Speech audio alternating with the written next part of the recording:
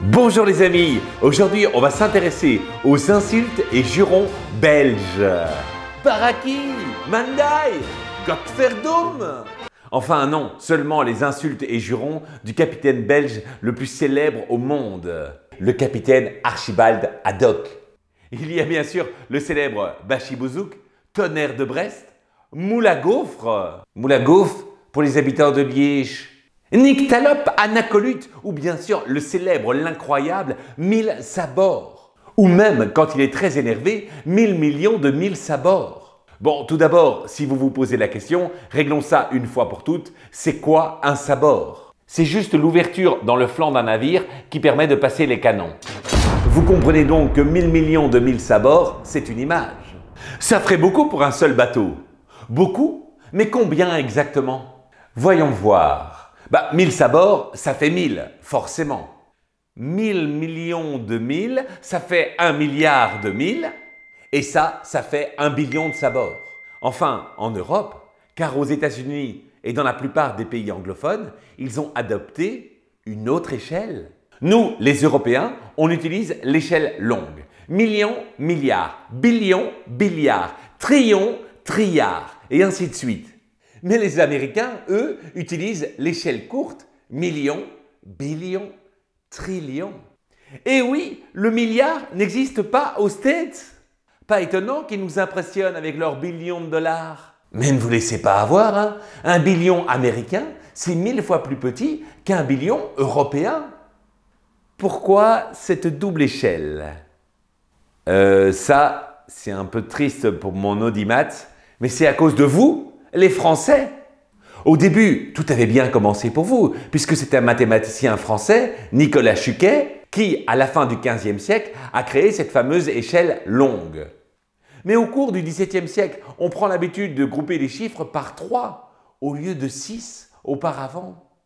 Alors, des savants français, restés anonymes, ceux-là, pensent qu'il est nécessaire d'adapter le nom des nombres. Exit les terminaisons en yard. Mais finalement, cette idée ne rencontre pas beaucoup de succès en Europe. On finit par l'oublier et on garde l'échelle longue de Nicolas Chuquet. Sauf que les Américains, eux, trouvent cette échelle courte hyper tendance et finissent par l'adopter. Et voilà comment a eu lieu le grand schisme des échelles. Rappelez-moi un peu à cause de qui tout ça? Et ce n'est pas tout, pour ajouter de la confusion. Dans la traduction anglaise de la BD, ils ont décidé de faire dire au capitaine Haddock moins de jurons. Puritanisme britannique. Regardons ça et voyons voir si vous avez bien suivi. 1000 millions de 1000 sabords, ça fait 1 billion de sabords pour nous, les Européens, mais 1 trillion de sabords pour les Anglais. Et malgré tout, le capitaine Haddock jure en disant « Billions of blue, blistering barnacles ». Moralité, Haddock est toujours moins fâché en anglais qu'en français. Et quand le capitaine est au bord de l'apoplexie, il lâche même 1000 milliards de 1000 sabords. Et là, je ne peux m'empêcher de vous faire remarquer que si Hergé avait utilisé les préfixes du système international d'unité, qu'on retrouve notamment quand on mesure la capacité des disques durs, méga, giga, téra, eh bien figurez-vous que 1000 milliards de 1000 sabords, ça fait très exactement 1 pétasabord. Les mauvaises langues diraient que ça aurait pu être un excellent code secret pour dénoncer une présence féminine à bord d'un bateau. Un pétasabord! Allez, peut-être que ce nouvel effet wow vous donnera l'envie de redécouvrir l'œuvre d'Hergé qui adorait jouer. Saviez-vous que son nom d'auteur Hergé vient de ses propres initiales, Remy Georges?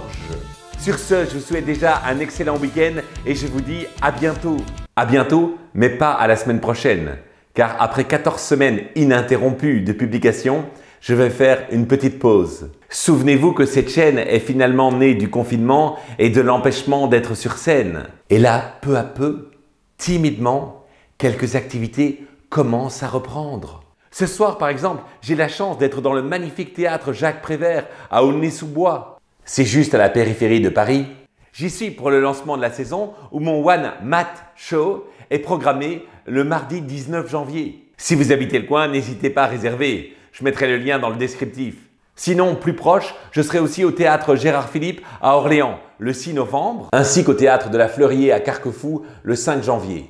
Pour ceux qui avaient repéré Marseille à La Ciotat, n'oubliez pas qu'à cause des conditions sanitaires, le spectacle a été reporté d'1 an, soit en octobre 2021.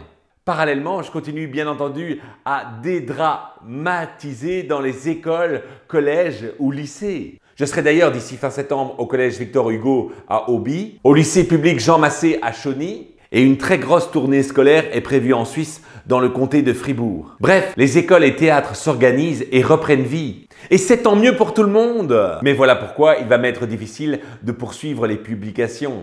Enfin, de façon aussi régulière, car soyez rassurés, j'ai pris goût à vous lire, à vous deviner, à tenter de vous faire rire à distance. Et surtout, vous faire découvrir ces mathématiques dont je suis amoureux depuis si longtemps. N'hésitez d'ailleurs pas à faire découvrir cette chaîne autour de vous afin de contaminer un maximum de personnes. Pour une fois qu'on peut partager sans aucun risque, ce serait dommage de s'en priver. Donc, même si je ne vous dis pas à la semaine prochaine pour un nouvel effet wow, je vous dis à très vite. Des bises!